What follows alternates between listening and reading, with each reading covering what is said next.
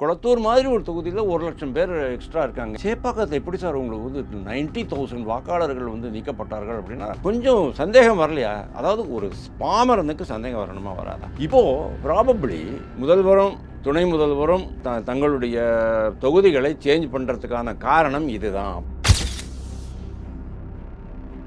ஆக மொத்தம் டிஎம்கே அடுத்த முறை கள்ள ஓட்டு போட்டு இறந்தவர்களுடைய ஓட்டுகளை போட்டு புலம்பெயர்ந்து வந்து இங்கே, அதாவது வெளிநாட்டிலேருந்து வந்து நாட்டினுடைய குடிமக்களாக இல்லாதவர்களுக்கு வாக்குரிமை கொடுக்கப்பட்டு அவர்களுடைய வாக்குகளை அறுவடை செய்ய முடியுமா அப்படின்னா இந்த ட்ரிப்பு முடியாது. பீகாரில் என்ன நடந்ததோ அதுதான் இந்த முறை மேற்கு வங்காளத்திலும் தமிழ்நாட்டிலும் நடக்கும்.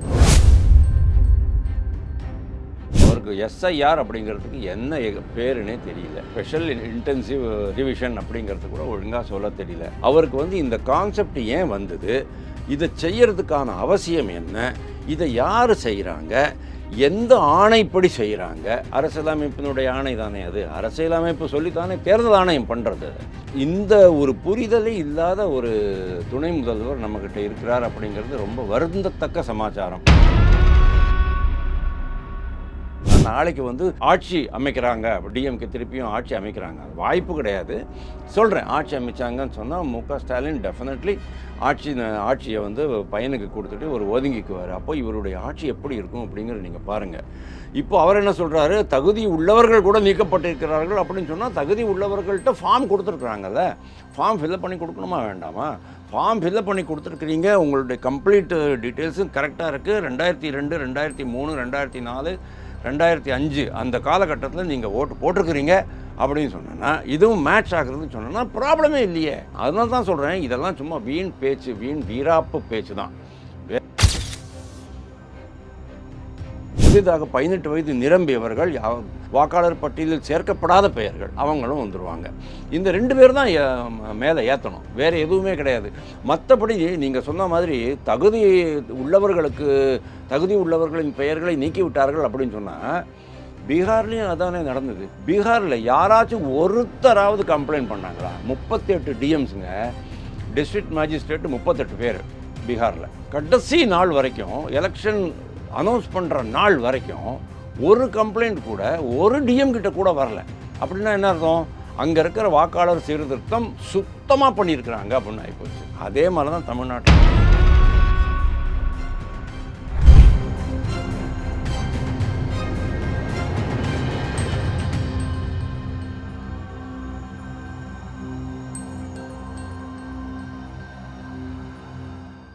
ரியல் ஒன் நேயர்களுக்கு வணக்கம். இன்று நம்மளுடைய நேர்காணலுக்கு அரசியல் விமர்சகரான திரு வாசுதேவன் அவர்கள் இணைஞ்சிருக்காங்க. சார் வணக்கம்.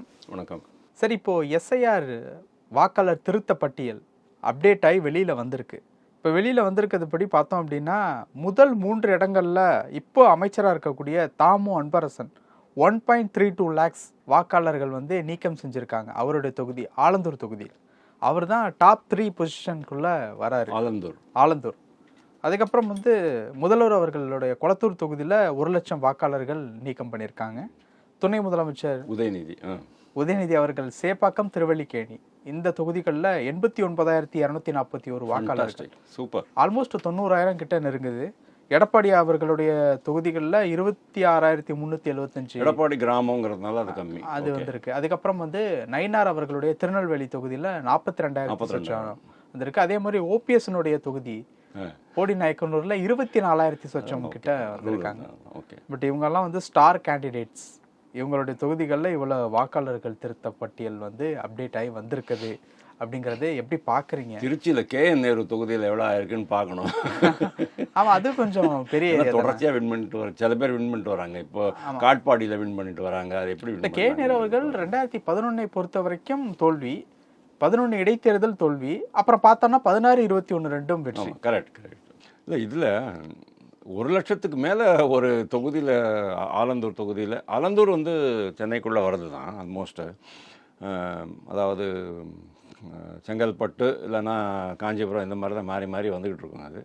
அது ஓகே. இது வந்து அர்பன் ஏரியா, மெட்ரோ ஏரியா அப்படிங்கிறதுனால இங்கே வந்து வரவங்க போகிறவங்க நிறைய பேர் இருக்குதுன்னு பாருங்க.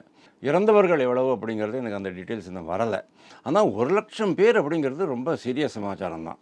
அப்படின்னா நார்மலி ஒரு தொகுதியில் 2 லட்சம் 3 லட்சத்துக்கு மேலே, அதாவது சிட்டிக்குள்ளே சொல்கிறேன், ஒரு தொகுதியில் 2-3 லட்சத்துக்குள்ளே தான் இருப்பாங்க, 2 லட்சத்துக்குள்ளே தான் இருப்பாங்க. அதுலேயும் 1 லட்சத்து சில்லற பேர் நீக்கப்பட்டிருக்காங்கன்னு சொன்னோன்னா ரொம்ப சீரியஸான சமாச்சாரம். இப்போது இதில் எவ்வளோ பேர் இப்போ புதுசாக சேர போகிறாங்க? 18 வயது நிரம்பியவர்கள் யார்? இந்த இப்போ கிளைம்ஸ் அண்ட் அப்ஜெக்ஷன்ஸ் வரப்போகிறது இல்லையா, நாளையிலேருந்து ஆரம்பிச்சிடும் அது. அதில் எவ்வளோ பேர் புதுசாக சேர போகிறாங்க, புலம்பெயர்ந்து இங்கே வந்தவர்கள் எவ்வளோ பேர், இதெல்லாம் பார்க்கணும் நம்ம. அது நாள் ப்ராபபிலிட்டி 1,24,000 பேர் நீக்கப்பட்டிருக்காங்கன்னு சொன்னால் அவ்வளோ பேர் உள்ளே சேர்ந்துருவாங்கன்னு நான் சொல்ல மாட்டேன். அதில் பாதி பேர் தான் இருப்பாங்க. அப்படின்னா என்ன அர்த்தம்? 60,000 பேர் இன்னும் அதிகமாக இருந்திருக்கிறார்கள், நீக்கப்படாமல் இருந்திருக்கிறார்கள்.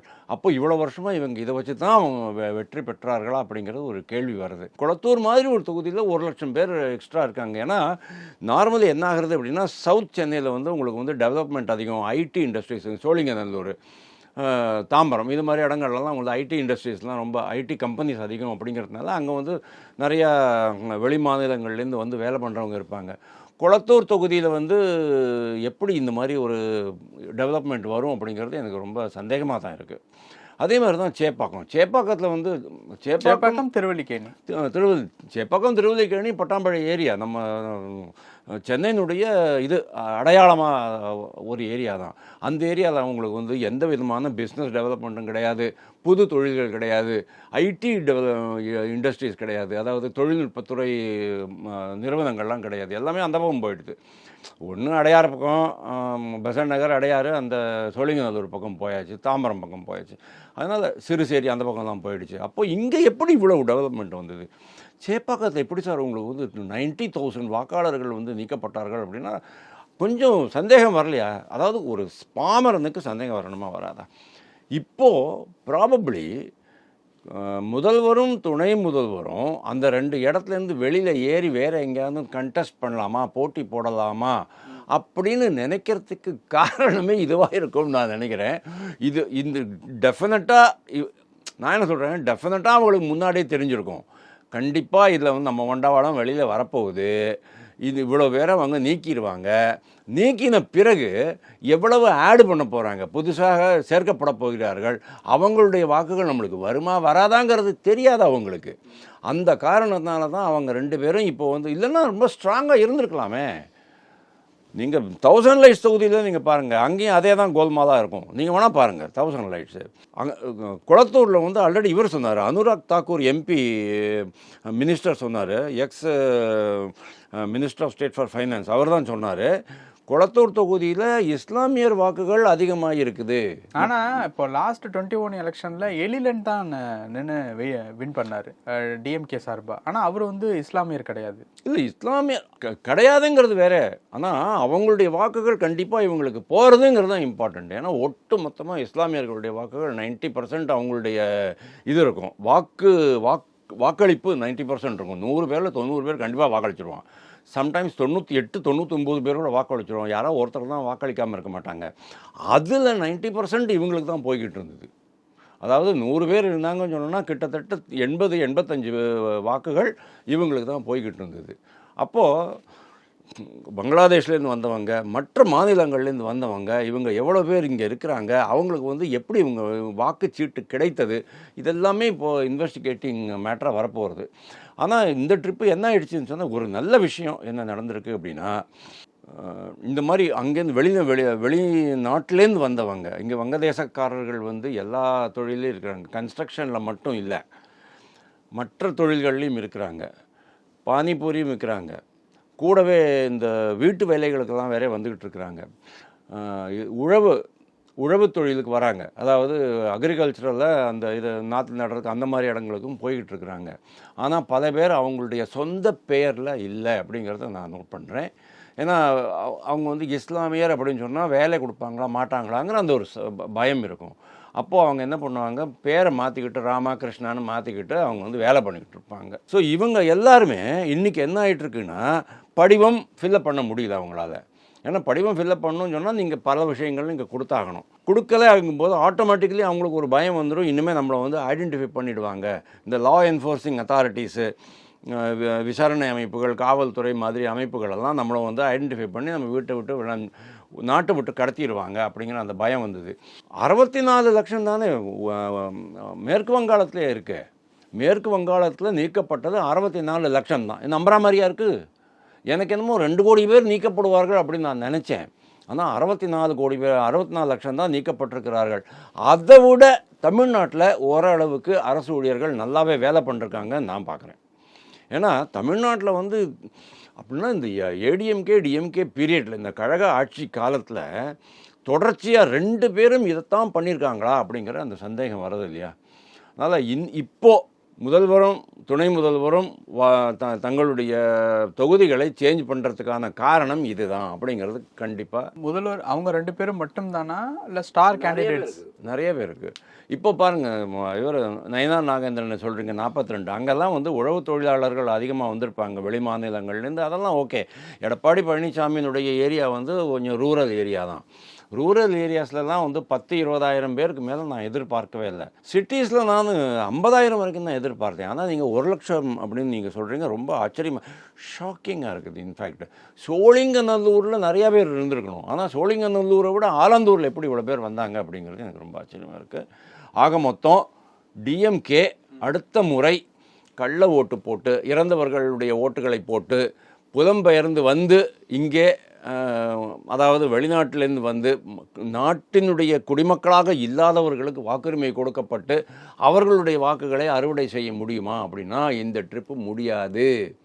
பீகாரில் என்ன நடந்ததோ அதுதான் இந்த முறை மேற்கு வங்காளத்திலும் தமிழ்நாட்டிலும் நடக்கும். இப்போ இந்த விஷயம் அப்படிங்கிறது வந்து அவங்களுக்கு எந்த வகையில் பாதிப்பாக இருக்கும்? ஏன்னா நேற்று உதயநிதி அவர்கள்ட்ட கேட்கும்போது எந்த வாக்காளர்கள், அதாவது தகுதி பெற்ற வாக்காளர்கள் கூட இதுலேருந்து நீக்கம் செய்யப்பட்டிருக்காங்க, அதை மறுபடியும் சேர்ப்பதற்குண்டான வேலைகளில் நாங்கள் இறங்குவோம் அப்படின்னு சொல்லி வந்து பேசியிருக்காரு. ரொம்ப நல்லது. அவருக்கு எஸ்ஐஆர் அப்படிங்கிறதுக்கு என்ன பேருன்னே தெரியல. ஸ்பெஷல் இன்டென்சிவ் ரிவிஷன் அப்படிங்கிறது கூட ஒழுங்காக சொல்ல தெரியல. அவருக்கு வந்து இந்த கான்செப்ட் ஏன் வந்தது, இதை செய்யறதுக்கான அவசியம் என்ன, இதை யார் செய்கிறாங்க, எந்த ஆணைப்படி செய்கிறாங்க? அரசியலமைப்பினுடைய ஆணை தானே அது. அரசியலமைப்பு சொல்லித்தானே தேர்தல் ஆணையம் பண்ணுறது. இந்த ஒரு புரிதலே இல்லாத ஒரு துணை முதல்வர் நம்மக்கிட்ட இருக்கிறார் அப்படிங்கிறது ரொம்ப வருந்தத்தக்க சமாச்சாரம். இந்த விஷயத்தை கூட அவரால் புரிஞ்சுக்க முடியலன்னு சொன்னேன்னா, நாளைக்கு வந்து ஆட்சி அமைக்கிறாங்க, அப்படி டிஎம்கே திருப்பியும் ஆட்சி அமைக்கிறாங்க, அது வாய்ப்பு கிடையாது. சொல்கிறேன், ஆட்சி அமைச்சாங்கன்னு சொன்னால் முக ஸ்டாலின் டெஃபினெட்லி ஆட்சியை வந்து பையனுக்கு கொடுத்துட்டு ஒரு ஒதுங்கிக்குவார். அப்போ இவருடைய ஆட்சி எப்படி இருக்கும் அப்படிங்கிற நீங்கள் பாருங்கள். இப்போ அவர் என்ன சொல்கிறாரு, தகுதி உள்ளவர்கள் கூட நீக்கப்பட்டிருக்கிறார்கள் அப்படின்னு சொன்னால் தகுதி உள்ளவர்கள்ட்ட ஃபார்ம் கொடுத்துருக்குறாங்கல்ல, ஃபார்ம் ஃபில்அப் பண்ணி கொடுக்கணுமா வேண்டாமா? ஃபார்ம் ஃபில்அப் பண்ணி கொடுத்துருக்குறீங்க, உங்களுடைய கம்ப்ளீட் டீட்டெயில்ஸும் கரெக்டாக இருக்குது. 2002, 2003, 2004, 2005 அந்த காலகட்டத்தில் நீங்கள் ஓட்டு போட்டிருக்கிறீங்க அப்படின்னு சொன்னேன்னா, இதுவும் மேட்ச் ஆகுறதுன்னு சொன்னோன்னா ப்ராப்ளமே இல்லையே. அதனால தான் சொல்கிறேன், இதெல்லாம் சும்மா வீண் பேச்சு, வீண் வீராப்பு பேச்சு தான், வேறு எதுவும் கிடையாது. ஆனால் உண்மையிலேயே இன்றைக்கி அங்கேருந்து புலம்பெயர்ந்து வந்தவர்கள் நிறைய பேருக்கு வந்து மகாராஷ்டிராலேயோ பஞ்சாப்லேயோ இல்லைனா உத்தரப்பிரதேசத்துலேயோ இது இருந்திருக்கும், வாக்காளர் அட்டை இருந்திருக்கும். அவங்களுக்கெல்லாம் இங்கே கிடச்சிருக்காது. இப்போது அங்கே கேன்சல் பண்ணிவிட்டு இங்கே என்னோட இது வந்து மகாராஷ்டிராவில் இருக்குது. இப்போ நான் அதை கேன்சல் பண்ணிவிட்டு நான் இப்போ வந்து ஃபார்ம் 8 ஃபில்அப் பண்ணி இங்கே கொடுக்க போகிறேன். இப்போ என்ன மாதிரி ஆளுங்கள்லாம் வந்துடுவாங்க. அதே மாதிரி புதிதாக 18 வயது நிரம்பியவர்கள், வாக்காளர் பட்டியலில் சேர்க்கப்படாத பெயர்கள், அவங்களும் வந்துடுவாங்க.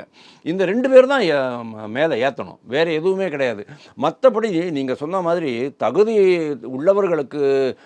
உள்ளவர்களின் பெயர்களை நீக்கிவிட்டார்கள் அப்படின்னு சொன்னால், பீகார்லேயும் அதானே நடந்தது. பீகாரில் யாராச்சும் ஒருத்தராவது கம்ப்ளைண்ட் பண்ணாங்களா? 38 டிஎம்ஸுங்க, டிஸ்ட்ரிக்ட் மேஜிஸ்ட்ரேட் 38 பேர் பீகாரில். கடைசி நாள் வரைக்கும், எலெக்ஷன் அனௌன்ஸ் பண்ணுற நாள் வரைக்கும் ஒரு கம்ப்ளைண்ட் கூட ஒரு டிஎம் கிட்ட கூட வரல. அப்படின்னா என்ன அர்த்தம்? அங்கே இருக்கிற வாக்காளர் சீர்திருத்தம் சுத்தமாக பண்ணியிருக்கிறாங்க அப்படின்னு ஆகிப்போச்சு. அதே மாதிரி தான் தமிழ்நாட்டிலையும். ஆனால் பண்ண டைம் ரொம்ப ஷார்ட் டைமில் இங்கே தமிழ்நாட்டில் ஷார்ட் டைம் தான். ஆனால் 1 வாரம் எக்ஸ்டெண்ட் பண்ணாங்க. But that is okay. ஏன்னா உங்களுக்கு வந்து ஒரு பூத்தில் 1200 பேர் தான் சார், 30 நாள் இருக்குது சார். அப்போ நீங்கள் பார்த்துங்க எவ்வளோ ஈஸியாக பண்ணிட்டு போகலாம். அதெல்லாம் ஒன்றும் பெரிய விஷயமே கிடையாது. அதாவது மேற்கு வங்காளத்தில் ஒரு பெரிய பூச்சாண்டி காமிச்சாங்க பாருங்கள், எல்லோரும் செத்து போயிட்டாங்க, 38 பேர் செத்து போயிட்டாங்க. அந்த பிஎல்ஓஸு பிஎல்ஏசி எல்லாருக்கும் ரொம்ப கொதிப்பு, பிபி இன்க்ரீஸ் ஆகி போச்சு. அதெல்லாம் சும்மா. ஏன்னா ஃபஸ்ட்டு ஒரு 1 வீக்கில் தான் இந்த பிரச்சனை இருக்கும். அதுக்கப்புறமா கொஞ்சம் கொஞ்சமாக அதுக்கப்புறமா அவங்க ஆஃபீஸில் வந்து அவங்க பார்த்து பண்ணிட்டு போயிட்டுருப்பாங்க. அது மட்டும் இல்லாமல் பெரிய பெரிய அரங்குகள்லாம் நிறைய டேபிள்ஸ் போட்டு நிறைய பேர் உட்காந்துருந்தாங்க. மற்ற அரசு ஊழியர்கள், தாலுக்கா ஆஃபீஸ்லேருந்து, பிடிஓலேருந்து எல்லாரும் வந்து உட்காந்துருந்தாங்க. அங்கே தான் மக்கள் போய்ட்டு தங்களுடைய இதை வாக்காளர் அட்டையை காமிச்சு அதை சரி பண்ணிக்கிட்டு இருந்தாங்க, கரெக்ஷன் பண்ணிகிட்டு இருந்தாங்க, ஃபாரம் 7 கொடுத்துட்டு இதெல்லாம் நம்ம பார்த்துட்ருக்கோம். அதனால் எந்த விதமான ஒரு அழுத்தமும் கிடையாது. ஒரு நாளைக்கு 40 பேர் 50 பேர் பார்த்துட்டு வர்றது பெரிய விஷயம் அப்படின்னு நீங்கள் நினைக்கிறீங்களா? அப்படின்னா நீங்கள் என்ன வேலைக்கு லாயக்கு அப்படிங்கிற ஒரு கேள்வி வருது பாருங்க. ஆனால் இதெல்லாம் வந்து வேண்டாத சால்ஜாப்பு தான். அதான் வேண்டாத ஒரு சாக்குப்போக்கு சொல்லிட்டு இது பண்ணுறது, அதெல்லாம் ஒன்றுமே கிடையாது. பீகாரில் நடந்த மாதிரியே தமிழ்நாட்டிலையும் ரொம்ப நல்ல முறையில் அவங்க வந்து இந்த பணியை தூய முறையில், நேர்மையான முறையில் எடுத்துருக்குறாங்க அப்படின்னு நான் நினைக்கிறேன், நான் நம்புகிறேன். ஏன்னா 97 லட்சம் பேருங்கிறது என்ன சார் இது? மொத்தமாகவே 6.5 லட்சம் தானே சார், 6.5 கோடி. 6.5 கோடியில் 1 கோடி போயிடுதுன்னு சொன்னேன்னா அப்புறம் என்ன ஆகிறது நீங்கள் சொல்லுங்க. ஏன்னா தமிழ்நாட்டில் அப்படின்னா அவ்வளவு பேர் வெளியிலேருந்து உள்ளே வந்திருப்பாங்க. அவங்களுக்கெல்லாம் வாக்காளர் அட்டை இதுக்கு முன்னால் கொடுக்கப்பட்டிருக்கு. யார் காரணம்? தேர்தல் ஆணையம் காரணமா, அல்லது இந்த டிஎம்கே ஏடிஎம்கே தானே தொடர்ச்சி ஆட்சியில் இருக்குது, அவங்க காரணமா? அப்போ தேர்தல் ஆணையத்தின் ஆணைப்படி பணி செய்த ஊழியர்கள், அரசு ஊழியர்களுடைய தவறா? இது யார் மேலே பொறுப்பு போடணுங்கிறீங்க? தேர்தல் ஆணையம் இதுக்கு பொறுப்பு ஏற்றுக்கணும். ஏன்னா இவ்வளோ வருஷமாக, ஏன்னா 97,000 பேரில் 97 லட்சம் பேரில் 35 லட்சம் பேர் தான் இறந்து போயிருக்கிறாங்க. அப்போ பாக்கி 60 லட்சம் பேர் இருக்கிறாங்க. 60 லட்சம் பேர்னு சொன்னால் 234 தொகுதிகளில் பெரிய பெரிய தொகுதிகளெல்லாம் விட்டுடுங்க, இந்த 200ன்னு நீங்கள் வச்சுங்களேன். 60 லட்சம் பேர்னால் ஒரு தொகுதிக்கு 30,000 ஓட்டு ஒரு தொகுதிக்கு. அப்போது அவ்வளவு பெரிய அளவுக்கு இங்கே வந்து மக்கள் தொகை மாற்றம் ஏற்பட்டிருக்கா, வாக்காளர் மாற்றம் ஏற்பட்டிருக்காங்கிறதுலாம் ரொம்ப ஆச்சரியமாக இருக்குது. எனக்கு ரொம்ப அதிர்ச்சியாகவும் இருக்குது, ஷாக்கிங்காகவும் இருக்குது. ஆனால் இந்த முறை தேர்தல் ஆணையம் இதை வந்து அப்படியே விட்டுறக்கூடாது, இன்னும் டைட் பண்ணணும். அடுத்த முறை வருஷம் அவங்க வந்து இதை அப்டேட் பண்ணும்போது, வாக்காளர் பட்டியலை அப்டேட் பண்ணும்போது அவங்க இன்னும் முனைப்போட விழிப்போட இருந்து பண்ணணும் அப்படின்னு என்னுடைய கோரிக்கை. பல விஷயங்கள் பேசணும். நேரத்துக்கு ரொம்ப நன்றி.